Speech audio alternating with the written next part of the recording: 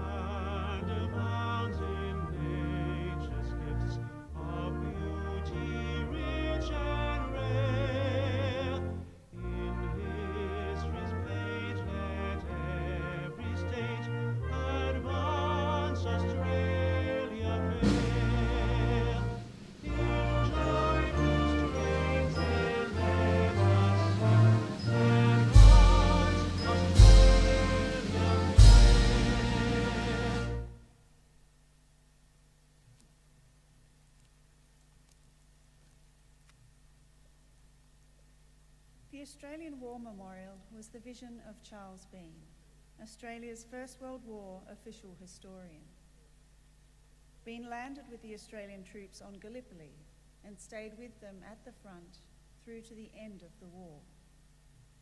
The idea of this national memorial and museum came to him at Pozières, France, in the depth of the bloody fighting of 1916. Bean's idea was that this would be a place where families and friends could mourn loved ones buried in faraway places. It would also be a place that could help all Australians understand what these men and women had endured and what they had done for us. Bean's vision, to which we remain true, is best expressed as inscribed in the entrance to the memorial's galleries. Here is their spirit, in the heart of the land they loved, and here we guard the record which they themselves made. Tonight we will read the story behind just one of those on the Roll of Honour, which lists the names of more than 102,000 Australian men and women who have given their lives for us in war and on operations for more than a century. But first we present a lament, Flowers of the Forest. Wreaths and floral tributes will now be laid at the base of the pool of reflection.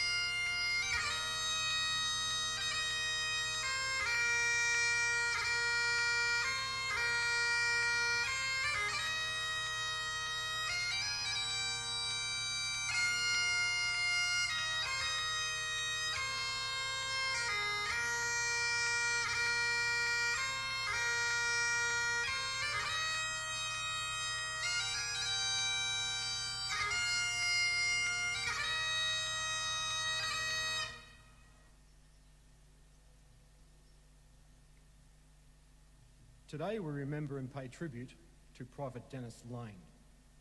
Denis Lane was born in 1891 in the city of Cork, Ireland, the youngest son of John and Mary Ann Lane. He attended school in that city and then followed his father's profession, becoming a house painter. As a young man, Lane immigrated to Australia and worked as a painter in Melbourne. In February 1915, soon after the outbreak of war, Lane volunteered to enlist in the Australian Imperial Force. He trained at Broadmeadows Camp north of Melbourne before leaving Australia on the transport ship Wiltshire in April. He undertook training briefly on his arrival in Egypt and then landed on the Gallipoli Peninsula in June.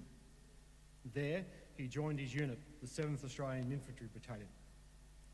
Within a week, however, Lane had to be evacuated to hospital as he was suffering from tonsillitis. Lane recovered in hospital in Egypt and returned to Gallipoli in the middle of August.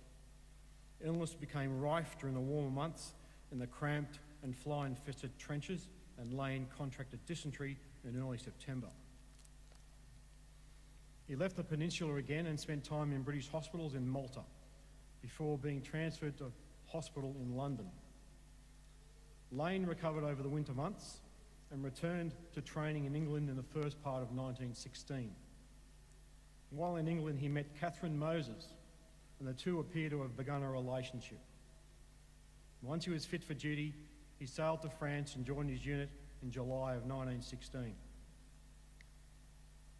The 7th Battalion had fought in the Battle of Pozières just before Lane had rejoined his unit, and within 3 weeks it was back on the front lines. During the middle of August, the unit spent a week at the front, holding the line and improving the trenches and observation posts. During this time, it suffered heavy casualties to German machine gun and artillery fire, losing more than a third of its members either killed or wounded. The 7th Battalion moved out of the front line at the end of August and spent the rest of the year in positions in the Somme River Valley, training and spending time in the front lines. The French winter of 1916 to 1917 was the coldest in memory, and the Australians struggled to remain healthy in the extreme conditions. Lane became ill early in December and was sent to a hospital behind the lines where he remained for 2 weeks. At the end of the year, Lane was granted 2 weeks leave in England, and during his time there he married Catherine, whom he had met the year before. He returned to the 7th Battalion in February of 1917, and in May the unit joined in the second battle to capture the French village of Bullecourt. During the attack, the British and Australians came under heavy German fire, but Lane's unit was in a supporting role and suffered very few casualties. The 7th Battalion moved behind the lines to continue training during the summer months of 1917. In autumn, it moved into the sector near the French border with Belgium in preparation for the major British assault into Belgian Flanders. The unit took part in the Battle of Menin Road in late September, the first in a series of battles known collectively as the Third Battle of Ypres. In this battle, the 7th Battalion suffered 200 casualties, just over a quarter of its strength. The assault foundered in the mud when heavy rain began in October, and Canadian forces eventually consolidated the British position in November. Throughout the winter months, Lane's unit remained in the Ypres sector, training and improving the defensive positions. Lane contracted a middle ear infection in late December and was evacuated to a hospital in France until March. On the day he was returned to his unit, German forces launched an enormous assault in what would be their final attempt to win the war, known now as the German Spring Offensive. It aimed to capture the important rail hub city of Amiens near the Somme River. The 7th Battalion were rushed south to help defend this vital transport depot. On the 11th of April 1918, the unit was preparing to move north again, and Lane was one of the party loading soldiers' packs onto a transport train. A German shell landed in the station and 4 soldiers were killed immediately. Lane was struck by shell fragments in the chest and died later that day. He was 26 years old. Lane is buried in Nom Poval's British Cemetery, alongside the graves of more than 400 Commonwealth and French soldiers. His widow, Catherine, chose the epitaph: "Gone from those who loved him dearly, without a last farewell." Private Denis Lane is listed on the roll of honour on my right, among almost 62,000 Australians who died while serving in the First World War. A photograph of his headstone is displayed today beside the pool of reflection. This is but one of the many stories of service and sacrifice told here at the Australian War Memorial. We now remember Private Denis Lane, who gave his life for us, for our freedoms and the hope of a better world.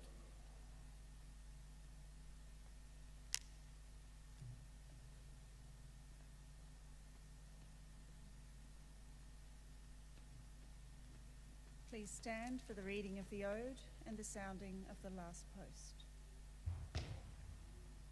They shall grow not old as we that are left grow old. Age shall not weary them, nor the years condemn. At the going down of the sun and in the morning, we will remember them. We will remember them.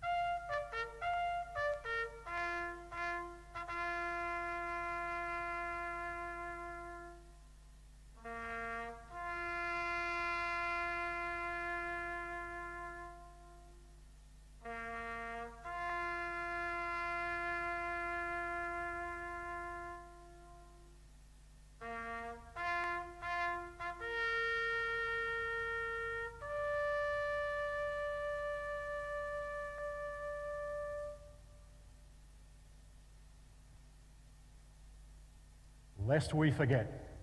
Lest we forget.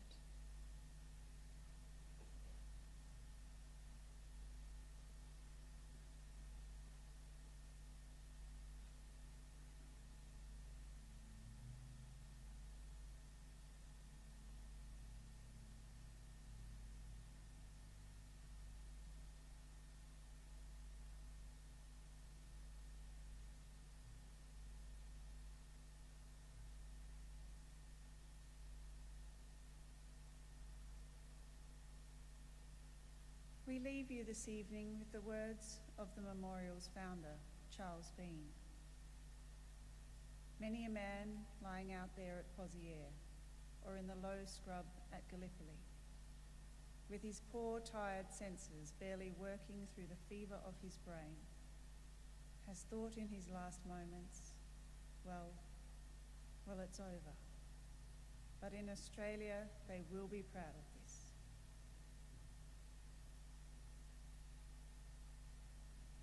Ladies and gentlemen, girls and boys, that concludes the last post ceremony.